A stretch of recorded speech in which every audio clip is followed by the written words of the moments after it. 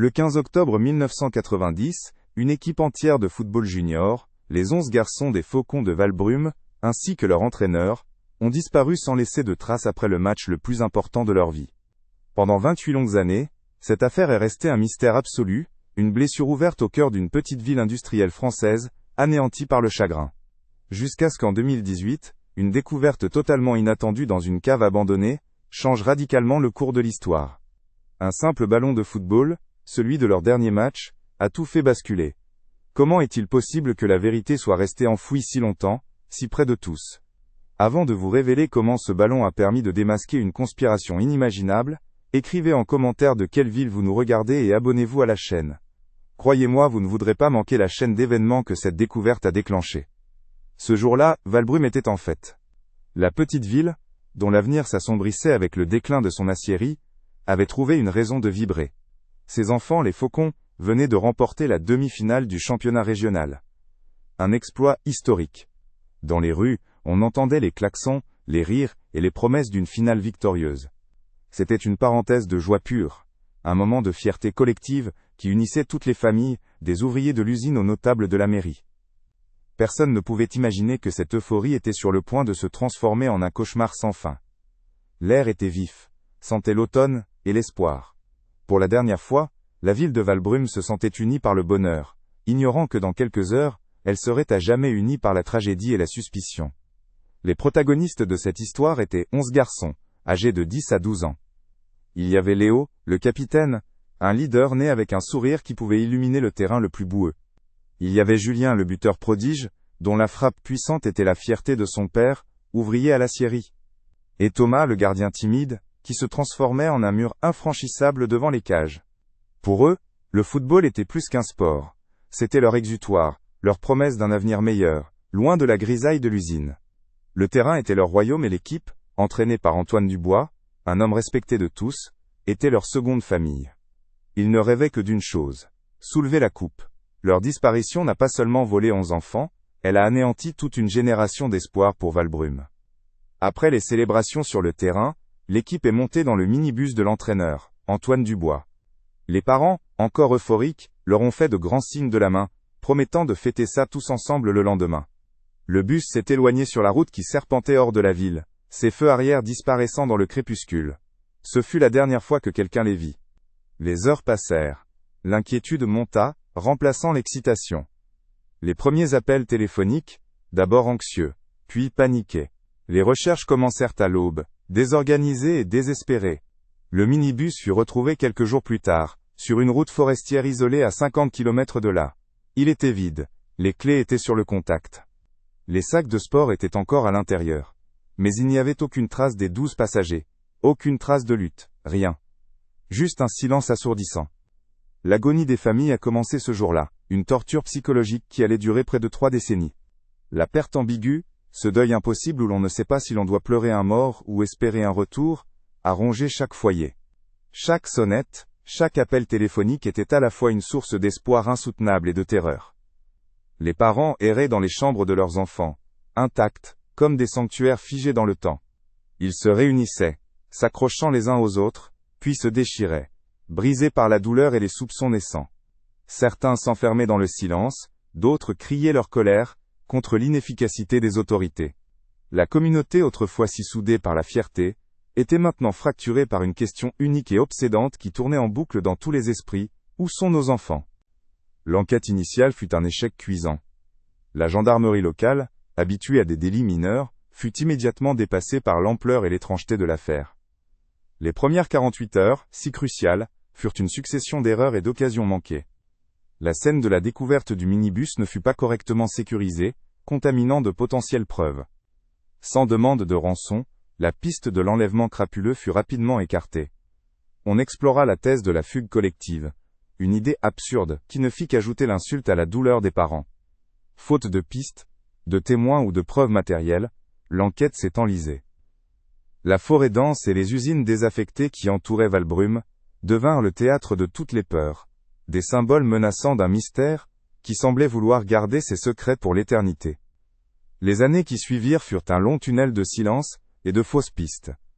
L'affaire des disparus de Valbrume devint un cas d'école pour la gendarmerie nationale, qui reprit le dossier sans plus de succès. Des médiums et des charlatans de toutes sortes affluèrent vers la ville, exploitant le désespoir des familles avec de fausses visions et des promesses cruelles. Chaque ossement découvert dans la région, chaque rumeur de voiture suspecte aperçue à l'époque, ravivait une flamme d'espoir aussitôt éteinte. Des journalistes écrivirent des livres, des documentaires furent tournés, mais tous se contentaient de recycler les mêmes théories, un prédateur sexuel, un règlement de compte qui aurait mal tourné, ou même la piste la plus troublante, celle qui pointait vers l'entraîneur, Antoine Dubois, le suspect idéal puisqu'il avait disparu avec eux. Pour certains il était une victime, pour d'autres il était le monstre.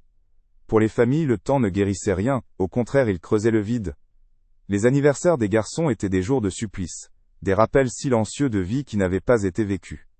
Les parents vieillissaient, leur visage marqué par un chagrin qui ne s'estompait jamais. Certains couples se séparèrent, incapables de supporter le poids du souvenir de leur enfant disparu qui hantait chaque pièce de la maison. D'autres s'accrochèrent l'un à l'autre, leur amour étant la seule chose qui les empêchait de sombrer complètement. La méfiance s'installa durablement à Valbrume. Des amitiés de longue date se brisèrent sur fond de soupçons non dits. Qui savait quelque chose? Qui se taisait? Le silence de certains voisins devenait suspect. Un regard fuyant suffisait à nourrir les pires scénarios. La ville entière vivait sous une chape de plomb, empoisonnée par le secret. Pendant ce temps, la maison d'Antoine Dubois l'entraîneur était restée à l'abandon. Située à la lisière de la forêt, elle était devenue une sorte de monument maudit, que les enfants du coin défiaient du regard avant de s'enfuir en courant. La peinture s'écaillait, le jardin était retourné à l'état sauvage et les volets restaient obstinément clos. La maison était le symbole physique du mystère non résolu, un rappel constant de l'homme qui était au centre de toutes les questions. Sa femme, décédée de chagrin quelques années après la disparition, l'avait défendu jusqu'à son dernier souffle, convaincue de son innocence. Mais pour beaucoup, cette maison était celle du coupable. Personne n'osait s'en approcher, comme si les murs eux-mêmes gardaient une vérité trop lourde à porter. Elle resta ainsi, inhabitée, pendant 28 ans. En 2018, un jeune couple, étranger à l'histoire tragique de la ville, acheta la maison de Dubois à un prix dérisoire, avec l'intention de la rénover entièrement. Ils n'étaient pas au courant de la profondeur de la blessure que cette propriété représentait pour la communauté. Pour eux, c'était juste une vieille bâtisse avec du potentiel.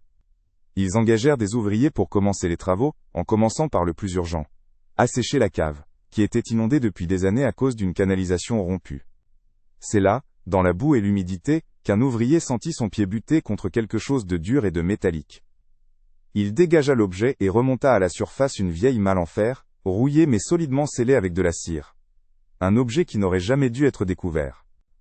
La nouvelle de la découverte se répandit d'abord comme une simple curiosité locale. L'ouverture de la malle rouillée se fit en présence des nouveaux propriétaires et de 2 gendarmes, appelés plus par procédure que par réelle conviction. À l'intérieur, reposant sur un lit de tissu moisi, il n'y avait ni ossement, ni armes, ni message de confession. Juste un vieux ballon de football en cuir, aux couleurs défraîchies des Faucons de Valbrume. La déception fut palpable. Pour les gendarmes, c'était une autre impasse, un simple souvenir d'enfance oubliée. Mais l'un d'eux, plus âgé, qui connaissait l'affaire de nom, fronça les sourcils. Pourquoi sceller si hermétiquement un simple ballon dans une malle en fer? C'est ce détail, cette anomalie, qui empêcha le ballon de finir à la déchetterie et le propulsa au centre d'une enquête qui allait renaître de ses cendres. Au laboratoire de la gendarmerie, le ballon fut traité avec la solennité d'une pièce à conviction majeure. Les experts confirmèrent rapidement une étrangeté. Il était anormalement lourd et rigide. Il ne contenait pas d'air. Une radiographie révéla la présence d'objets métalliques compacts à l'intérieur. Le dossier des disparus de Valbrume, poussiéreux et classé non élucidé, fut exhumé des archives. Une nouvelle équipe, dirigée par une jeune capitaine de gendarmerie qui n'était même pas née en 1990, fut assignée à l'affaire. L'atmosphère était électrique. C'était une chance sur 1 million. Pour la première fois depuis près de 30 ans, il y avait un indice tangible. Une piste physique qui n'était pas une rumeur ou un faux témoignage. L'entraîneur, Antoine Dubois, avait-il laissé un message posthume? Avait-il préparé une sorte de capsule temporelle, un dernier geste désespéré pour que la vérité éclate un jour? Quand la nouvelle de la découverte d'un indice sérieux atteignit les familles, la réaction fut un séisme émotionnel. 28 années de deuil figé, de routine construite autour du vide, furent balayées en un instant. Pour Hélène, la mère de Léo, le capitaine de l'équipe, ce fut une vague de nausées. L'espoir, ce sentiment qu'elle avait appris à haïr car il n'apportait que déception, revenait frapper à sa porte. Elle appela Marc, le père de Julien le buteur. Ils ne s'étaient pas parlé depuis des années, séparés par le chagrin et les accusations silencieuses. Au téléphone, il n'y eut que des sanglots étouffés. La ville entière retint son souffle. Les plus anciens se souvenaient de la frénésie des premiers jours, et craignaient une nouvelle désillusion. Les plus jeunes découvraient avec effroi la profondeur de la cicatrice que portait leur ville. Avec une précaution infinie, les experts décousirent le ballon le long d'une de ses coutures. Ce qu'ils trouvèrent à l'intérieur dépassait toutes les attentes. La chambre à air avait été retirée et remplacée par un petit paquet enveloppé dans une toile cirée. À l'intérieur, 2 objets. Une petite caméra 8 mm, un modèle courant à l'époque, et une unique clé en laiton, attachée à une étiquette en cuir sur laquelle étaient gravés des chiffres et une lettre. C'était la confirmation. Ce n'était pas un hasard. Antoine Dubois, l'homme que beaucoup avaient condamné, avait organisé cette cache. Il n'était plus seulement un suspect ou une victime. Il devenait un témoin, peut-être le seul, qui avait tenté de laisser une trace. La question n'était plus seulement où sont-ils, mais qu'est-ce qu'Antoine a vu et filmé ce jour-là? Cette découverte jeta une lumière crue sur les manquements de l'enquête originelle. En 1990, la maison de Dubois avait été fouillée, mais de manière superficielle. La cave, déjà humide à l'époque, avait été inspectée rapidement, jugée sans intérêt. Personne n'avait pensé à sonder le sol boueux. Les enquêteurs de l'époque, convaincus qu'ils avaient affaire à une fugue, ou à un enlèvement crapuleux qui avait mal tourné, s'étaient focalisés sur la recherche des corps dans la forêt, et sur le profil psychologique de l'entraîneur. Ils avaient suivi les pistes évidentes, négligeant les détails anormaux. La nouvelle équipe d'enquêteurs, en relisant les procès-verbaux, ressentit une profonde frustration. La vérité était peut-être là, à quelques mètres de la maison, scellée dans une malle, pendant que des centaines d'hommes ratissaient des kilomètres de forêt en vain. Le quotidien des familles, pendant ces 3 décennies, avait été une leçon de survie. Chez les parents de Julien, le temps s'était arrêté. Sa chambre était un musée intact. Ses posters de football jaunissaient au mur, ses crampons attendaient près de la porte. Chaque année, pour son anniversaire, sa mère préparait son gâteau préféré, qu'il mangeait en silence, les yeux fixés sur la chaise vide à table. Le père de Julien, ancien ouvrier de l'aciérie, mis à la retraite anticipée, passait ses journées à marcher. Il arpentait les mêmes sentiers forestiers que les équipes de recherche avaient parcourus, encore et encore, comme s'il pouvait, par la seule force de sa volonté, trouver l'indice que tout le monde avait manqué. Ce n'était plus une recherche, c'était un pèlerinage, un rituel pour ne pas devenir fou. L'absence de réponse avait empoisonné Valbrume de l'intérieur. Dans les années 90, la théorie d'un règlement de compte lié à l'aciérie avait circulé. Le père de Léo, le maire de l'époque, avait des ennemis politiques. Avait-on voulu le frapper en s'en prenant à son fils et à ses amis? D'autres rumeurs, plus insidieuses, pointaient vers des jalousies entre familles, des dettes non payées. Ces soupçons jamais prouvés mais toujours présents, avaient brisé des amitiés, créé des clans. On ne s'invitait plus. On se regardait de travers au marché. Chaque famille se repliait sur sa propre douleur, se méfiant des autres. La disparition des enfants n'avait pas seulement volé l'avenir de la ville. Elle avait détruit son passé, réécrivant les souvenirs à l'aune de la suspicion. Cet héritage de méfiance était peut-être la plus grande victoire des véritables coupables. La pellicule 8 mm, fragile et altérée par près de 3 décennies passées dans l'humidité, représentait un défi technique majeur. La confier à un laboratoire commercial était hors de question. Le risque de la détruire était trop grand. C'est donc au sein du pôle judiciaire de la gendarmerie nationale, dans une salle stérile où le temps semblait suspendu, que les meilleurs experts se sont attelés à la tâche. La jeune capitaine qui dirigeait l'enquête et son équipe, observait derrière une vitre, le souffle coupé. Chaque étape du processus de restauration et de développement était d'une lenteur angoissante. Des heures durant, ils ont attendu, oscillant entre l'espoir fou de découvrir la clé du mystère et la peur terrible de ne trouver que des images illisibles, une dernière plaisanterie cruelle du destin. La tension était à son comble, toute l'affaire reposait sur cette minuscule bobine de film. Enfin, le moment arriva. L'image projetée sur l'écran était de piètre qualité, tremblante, granuleuse, visiblement filmée à la hâte et en cachette. Mais elle était lisible. On y voyait un fragment de clairière. La nuit, la caméra semblait positionnée depuis l'intérieur d'un véhicule, probablement le minibus. On reconnaissait la silhouette d'Antoine Dubois, de dos. Il n'était pas seul. Face à lui se tenaient 2 hommes, leur visage partiellement éclairé par les phares d'une autre voiture. Dubois leur tendait une mallette, un geste qui ne ressemblait ni à une menace, ni à un échange amical, mais plutôt à une négociation tendue, désespérée. La scène ne durait que quelques secondes, sans son, avant que la caméra ne coupe brutalement. Ce n'était pas la vidéo d'un enlèvement. C'était autre chose. Quelque chose de bien plus complexe, et de bien plus inquiétant. L'identification des deux hommes devint la priorité absolue. Les enquêteurs se plongèrent dans les archives de la ville, les photos d'époque, les journaux locaux. Ils firent appel à la mémoire des plus anciens gendarmes de la région. Et ce qu'ils découvrirent glaça le sang de toute l'équipe. Le premier homme, plus âgé, était sans équivoque Bernard Lemoine, le puissant propriétaire de l'aciérie de Valbrume, un pilier de la communauté, philanthrope et figure paternelle pour beaucoup. Le second, plus jeune à l'époque, était un visage que la gendarmerie connaissait trop bien. Il s'agissait de l'ancien capitaine qui avait dirigé les premières semaines de l'enquête en 1990. Un homme qui avait conclu à la thèse de la fugue, avant d'être muté pour raisons personnelles. La conspiration n'était plus une théorie. Elle avait désormais des visages. Le choc fut brutal. La vérité n'était pas venue d'un monstre anonyme caché dans la forêt, mais du cœur même de la communauté, de ceux qui étaient censés la protéger et la faire vivre. Soudain, l'enquête initiale bâclée, les pistes ignorées, le dossier rapidement classé, tout prenait un sens terrifiant. Le capitaine corrompu n'avait pas échoué à trouver les enfants. Il s'était assuré qu'on ne les trouve jamais. L'implication de l'industriel le plus influent de la région soulevait une question vertigineuse. Quel secret pouvait bien valoir la vie de 11 enfants et de leur entraîneur? La disparition des Faucons de Valbrume n'était pas une tragédie fortuite. C'était une exécution, planifiée et dissimulée au plus haut niveau. La ville avait été trahie par ses propres leaders. Pendant que cette révélation ébranlait les fondations de l'affaire, une autre équipe se concentrait sur le deuxième indice, la clé en laiton. L'étiquette en cuir portait une inscription énigmatique, une série de chiffres, et la lettre B. C'était peu, mais c'était un début. Les enquêteurs lancèrent une recherche systématique dans un rayon de 100 km autour de Valbrume. Ils vérifièrent les registres de toutes les banques, à la recherche de coffres-forts, les consignes de gare, les sociétés de location de casiers. Les jours passaient, et chaque porte fermée était une nouvelle frustration. La clé semblait n'ouvrir aucune serrure connue. Était-ce une autre impasse? Antoine Dubois avait-il créé une piste si complexe qu'elle en devenait indéchiffrable? L'espoir commençait à s'effriter, remplacé par la peur que cette clé ne soit qu'un autre secret destiné à mourir avec lui.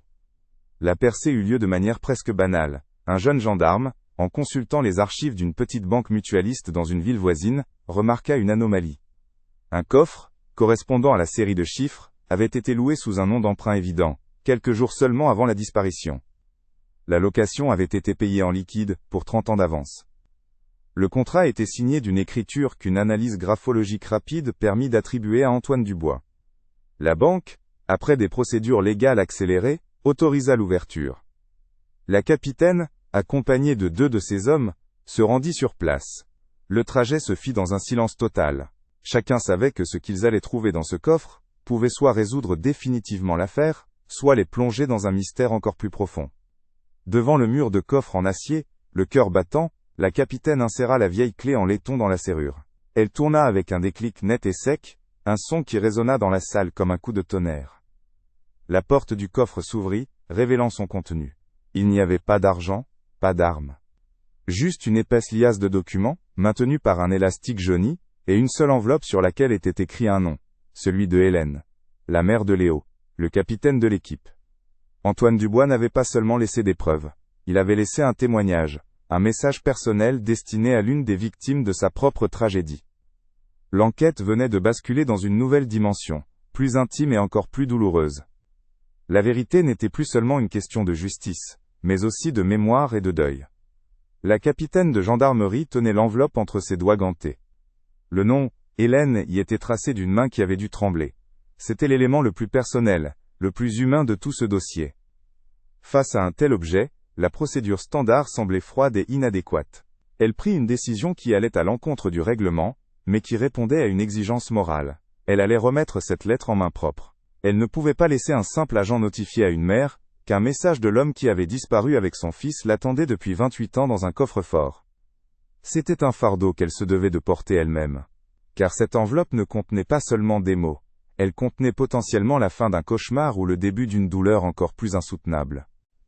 Hélène, le visage creusé par les années de chagrin, ouvrit la porte. Elle vit l'uniforme et son corps se raidit, un réflexe conditionné par des décennies de fausses alertes et de déceptions. Quand la capitaine lui tendit la lettre, elle la regarda sans la prendre, comme si l'objet pouvait la brûler. Puis, avec une lenteur infinie, ses doigts se refermèrent dessus. Elle l'ouvrit dans le silence de son salon, un musée dédié à la mémoire de son fils Léo. La lettre d'Antoine Dubois était un mélange déchirant de confession et d'impuissance. Il y expliquait sa tentative désespérée de négocier avec le moine, d'acheter le silence pour protéger les enfants. Il s'excusait de son échec. La phrase finale était un coup de poignard. « Pardonnez-moi Hélène. Je n'ai pas pu les sauver de ce qu'ils ont vu dans la forêt de Lemoine. » Pendant qu'Hélène absorbait le choc de cette révélation personnelle, l'équipe d'enquêteurs se plongeait dans la liasse de documents. Ce n'était pas un journal intime, mais un véritable dossier d'enquête amateur. Antoine Dubois, ancien professeur de géographie, avait utilisé ses compétences pour rassembler des preuves accablantes.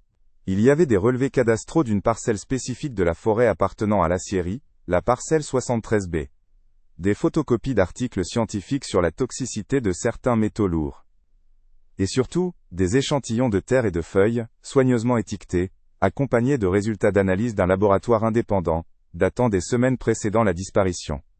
Dubois ne soupçonnait pas seulement quelque chose, il était en train de prouver un crime environnemental de grande envergure. Il avait compris avant tout le monde, le secret que cachait la forêt. La parcelle 73B devint l'épicentre de la nouvelle enquête. En croisant les documents de Dubois, avec les archives municipales, les gendarmes mirent au jour une fraude systématique. Cette parcelle, officiellement classée comme zone de reboisement, avait fait l'objet de permis de circulation nocturne exceptionnels, signés par l'ancien capitaine de gendarmerie complice. Des autorisations pour des transports de matériaux inertes, qui n'avaient aucun sens dans une zone forestière protégée. La corruption apparaissait en filigrane dans chaque document.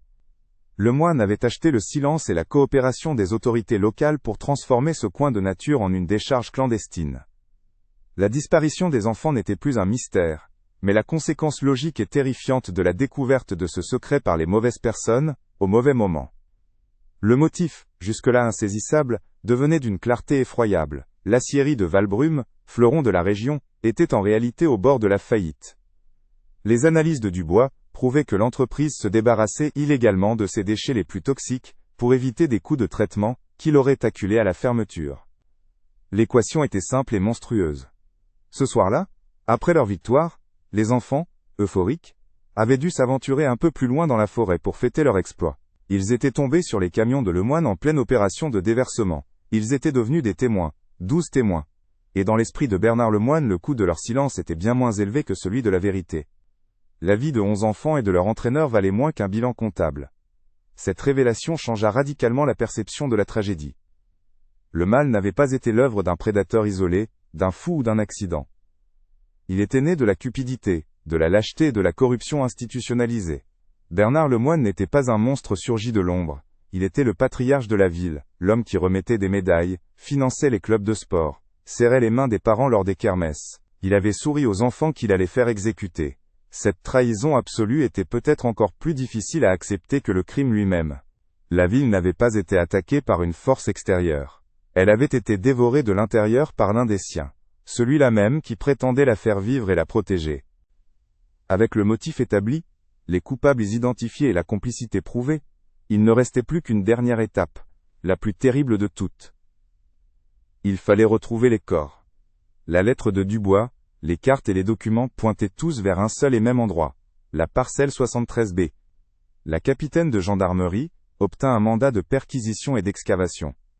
La nouvelle se répandit comme une traînée de poudre, non pas par les médias, mais par le bouche à oreille angoissé qui parcourait la ville. Un convoi de véhicules de la gendarmerie, transportant des équipes de l'identité judiciaire, des archéologues et du matériel de terrassement, prit la direction de la forêt. Pour les familles, c'était le début de la fin. L'attente insoutenable de la confirmation visuelle de ce que leur cœur savait désormais. La vérité était là, sous leurs pieds, enterrée depuis 28 ans. La parcelle 73B était un lieu anonyme, un simple rectangle sur une carte cadastrale, mais en ce matin glacial de 2018, elle devint le centre du monde pour Valbrume. Le son des pelles mécaniques déchirait le silence respectueux de la forêt. Sous le regard de la capitaine de gendarmerie et de son équipe, La terre, qui avait gardé son secret pendant près de 30 ans, était retournée. Un périmètre de sécurité avait été établi, tenant à distance les journalistes, et, plus loin encore, quelques silhouettes immobiles que l'on devinait être les parents. Ils ne demandaient rien. Ils attendaient, suspendus entre la terreur de la confirmation et l'insoutenable espoir d'avoir enfin une réponse. Chaque godet de terre soulevé était une seconde de plus ajoutée à une attente qui avait déjà duré une vie entière. L'air était lourd, non seulement d'humidité, mais d'une vérité qui refusait de rester enfouie plus longtemps. Après plusieurs heures d'un travail méthodique et angoissant, un geste de la main de l'opérateur de la pelleteuse fit taire les moteurs. Le silence qui s'abattit sur la clairière fut assourdissant. L'équipe d'archéologie judiciaire s'approcha, transformant la scène d'excavation en un site de fouilles méticuleuses. C'est alors, sous les brosses délicates qui dégageaient la terre humide, qu'une couleur anormale apparut. Un morceau de tissu bleu et blanc, délavé et souillé, mais dont le motif était sans équivoque. C'était le maillot des Faucons de Valbrume. Dans l'assemblée des gendarmes, personne ne dit un mot. Un simple hochement de tête de la capitaine suffit. Il n'y avait plus de doute. Ils étaient au bon endroit.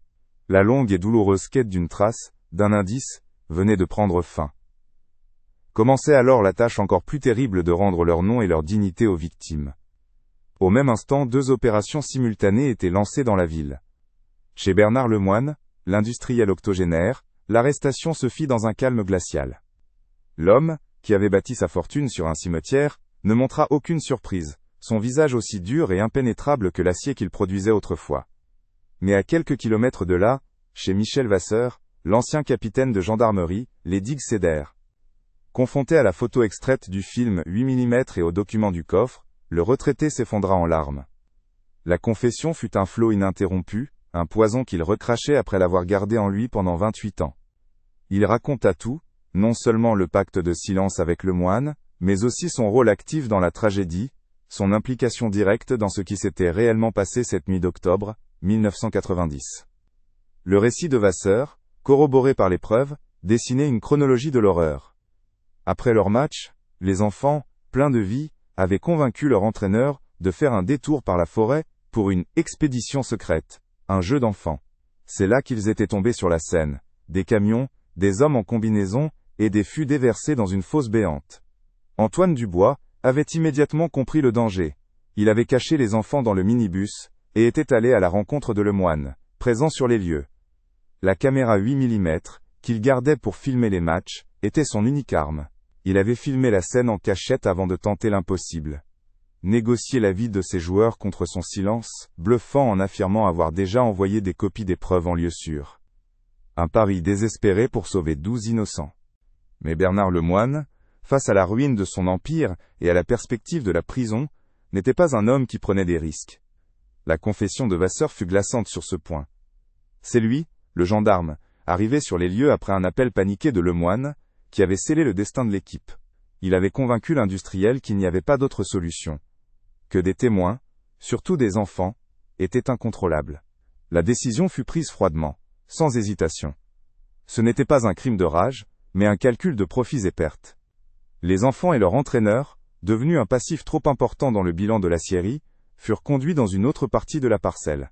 Ils furent exécutés, puis enterrés avec leur minibus, effacés du monde par ceux qui étaient censés incarner la réussite et la protection de Valbrume. La suite ne fut qu'une mise en scène macabre, orchestrée par Vasseur lui-même. C'est lui qui avait eu l'idée de conduire le minibus vide, à 50 km de là, pour créer une piste d'enlèvement crédible, et éloigner les recherches du véritable lieu du crime. C'est lui qui, pendant des semaines, avait feint de diriger une enquête exhaustive, tout en s'assurant de ne jamais rien trouver. Il avait écarté les témoignages gênants, classé les pistes prometteuses, et imposé l'idée d'une fugue ou d'un acte de prédateur isolé. Il avait regardé les parents dans les yeux, leur promettant de retrouver leurs enfants, tout en sachant qu'ils gisaient sous une tonne de terre et de déchets toxiques.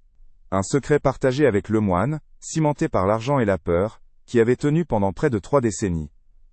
Tandis que Vasseur vidait son sac, la terrible besogne se poursuivait dans la forêt. Un par un les 12 corps furent exhumés de la fosse commune. La scène était d'une tristesse infinie. Les archéologues judiciaires travaillaient en silence, extrayant avec une précaution quasi religieuse, les restes de ce qui avait été une équipe de football pleine d'avenir. À côté des ossements, des objets dérisoires et poignants. Un protège-tibia, avec un nom griffonné dessus, une petite chaîne de baptême, des crampons usés. Ces reliques personnelles rendaient la tragédie insoutenablement réelle. Lorsque la nouvelle fut officiellement annoncée aux familles, réunies à la mairie, un silence de mort s'installa, suivi d'une vague de chagrin d'une violence inouïe. L'incertitude avait pris fin. La vérité, brutale et monstrueuse, venait de les frapper de plein fouet, leur laissant un deuil enfin possible, mais une douleur infinie. Le procès de Bernard Lemoine et de Michel Vasseur ne fut pas simplement une affaire judiciaire, mais une catharsis publique pour toute une ville. Pendant des semaines, la salle d'audience du tribunal de grande instance fut le théâtre où se jouait le dernier acte de la tragédie de Valbrume. Les familles des victimes étaient présentes chaque jour, assises au premier rang, leurs visages stoïques formant un mur de chagrin silencieux.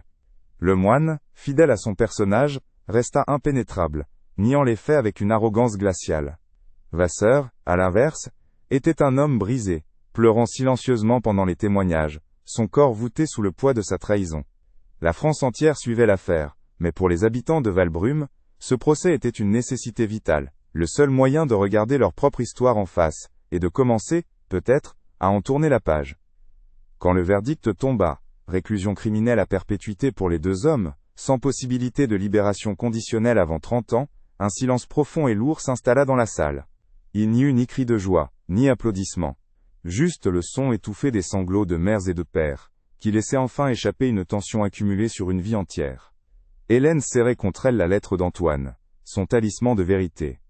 La justice avait été rendue, mais elle n'avait pas le goût de la victoire. Elle avait le goût, amer et nécessaire, de la fin d'une guerre. C'était la reconnaissance officielle de leur douleur, la validation que leurs enfants n'avaient pas été simplement perdus, mais qu'ils leur avaient été volés par la cupidité et la lâcheté des hommes en qui ils avaient placé leur confiance. Les funérailles des Faucons de Valbrume et de leur entraîneur eurent lieu une semaine plus tard, sous un ciel gris d'automne qui semblait pleurer avec la ville. 12 cercueils, 11 petits et un plus grand, alignés devant l'église devenue trop petite pour contenir la foule immense. Toute la ville était là, des plus anciens qui se souvenaient de l'euphorie du match, aux plus jeunes qui n'avaient connu l'affaire qu'à travers les murmures de leurs parents. La procession jusqu'au cimetière fut un long ruban de silence et de dignité. En mettant leurs enfants en terre, les parents ne faisaient pas que leur dire adieu. Ils enterraient aussi 28 années d'incertitude, de questions sans réponse, et de soupçons qui avaient empoisonné leur vie. Ce jour-là, Valbrume était à nouveau uni, non plus par la fierté, mais par le poids partagé d'un deuil enfin possible. La réhabilitation d'Antoine Dubois fut l'un des actes les plus symboliques et réparateurs de ce dénouement. L'homme qui avait été le suspect numéro 1 pendant des décennies, fut officiellement déclaré héros par la justice et par le cœur des habitants. Son nom fut blanchi de tout soupçon, son sacrifice reconnu.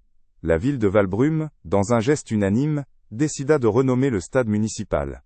Il ne s'appellerait plus simplement le stade de la Victoire, mais le stade Antoine Dubois et les Faucons. Chaque fois qu'une nouvelle génération de jeunes footballeurs foulerait cette pelouse, il se souviendrait de l'entraîneur qui a tout tenté pour sauver ses joueurs, et de l'équipe qui est devenue un symbole éternel de l'innocence sacrifiée. C'était une façon de s'assurer que leur mémoire ne serait jamais réduite au silence. Pour les familles, la vie après le verdict ne fut pas un retour à la normale. Il n'y avait pas de normale vers laquelle revenir. Mais la fin de l'incertitude leur permit d'entrer dans une nouvelle phase de leur deuil. Le père de Julien, pour la première fois en près de 30 ans, cessa ses marches quotidiennes dans la forêt. Il n'avait plus rien à y chercher. Hélène, avec d'autres parents, créa la Fondation Les Faucons de Valbrume, une association dédiée à la protection de l'enfance et à la lutte contre la corruption. Transformer leur douleur en action devint leur nouvelle raison de vivre. Les chambres d'enfants, autrefois des sanctuaires figés dans le temps, furent lentement vidées, non pour oublier, mais pour accepter.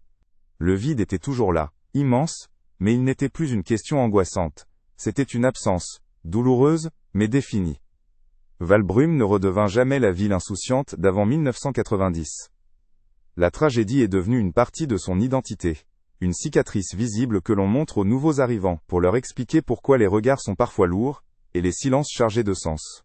La Syrie, symbole de la trahison, a fermé quelques années après le procès, emportant avec elle une partie de l'histoire industrielle, mais aussi le souvenir de son crime. L'histoire des disparus de Valbrume est devenue une légende locale, un conte tragique sur la fragilité de l'innocence face à la cupidité des adultes. Ce jour-là, Valbrume a appris que la vérité, même enfouie sous 30 ans de silence et de chagrin, finit toujours par trouver la lumière, non pas pour effacer la douleur, mais pour lui donner un sens. Aujourd'hui, Valbrume est une ville qui a appris à vivre avec ses fantômes. Le silence qui pèse parfois sur la place du marché, n'est plus celui de la suspicion, mais celui du souvenir. La méfiance a cédé la place à une sorte de solidarité pudique, née de l'épreuve partagée. Au-dessus de l'entrée du stade, une plaque de bronze brille au soleil. Stade Antoine Dubois et les Faucons. Ce n'est pas seulement un nom, c'est une déclaration, une promesse que la vérité, aussi douloureuse soit-elle, est le seul fondement sur lequel on peut reconstruire. Les habitants se saluent avec une gravité nouvelle, leur regard portant le poids d'une histoire qu'ils ne pourront jamais oublier. La cicatrice de Valbrume est profonde, mais elle est désormais propre, refermée sur une vérité qui a enfin été dite à voix haute, pour tous. Pour les familles, la fin du procès n'a pas été la fin du chemin, mais le début d'un nouveau chapitre. Unis par une tragédie qui les avait autrefois divisés, les parents ont créé la Fondation Les Faucons de Valbrume. Leur mission est double. Financer des programmes sportifs pour les enfants des milieux modestes, pour que le rêve de leur fils continue de vivre à travers d'autres, et offrir un soutien juridique et psychologique aux familles victimes de crimes non élucidés. Leur chagrin, autrefois une force destructrice qui les isolait, est devenu un moteur, une énergie canalisée pour que l'injustice qu'ils ont subie ne se répète jamais. Ils ne sont plus seulement des parents en deuil, ils sont devenus des gardiens de la mémoire, des combattants qui ont transformé la plus grande des douleurs en un héritage de protection et d'espoir.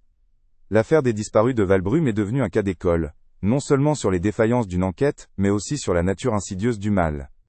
Elle a enseigné à toute une nation que les monstres ne se cachent pas toujours dans l'ombre. Parfois, ils portent des costumes respectables, serrent des mains, et sont applaudis comme des piliers de la communauté. La conspiration de Bernard Lemoine et Michel Vasseur a révélé comment la cupidité d'un seul homme, couplée à la lâcheté d'un autre, peut anéantir des vies, et empoisonner une ville entière pendant des décennies. La vérité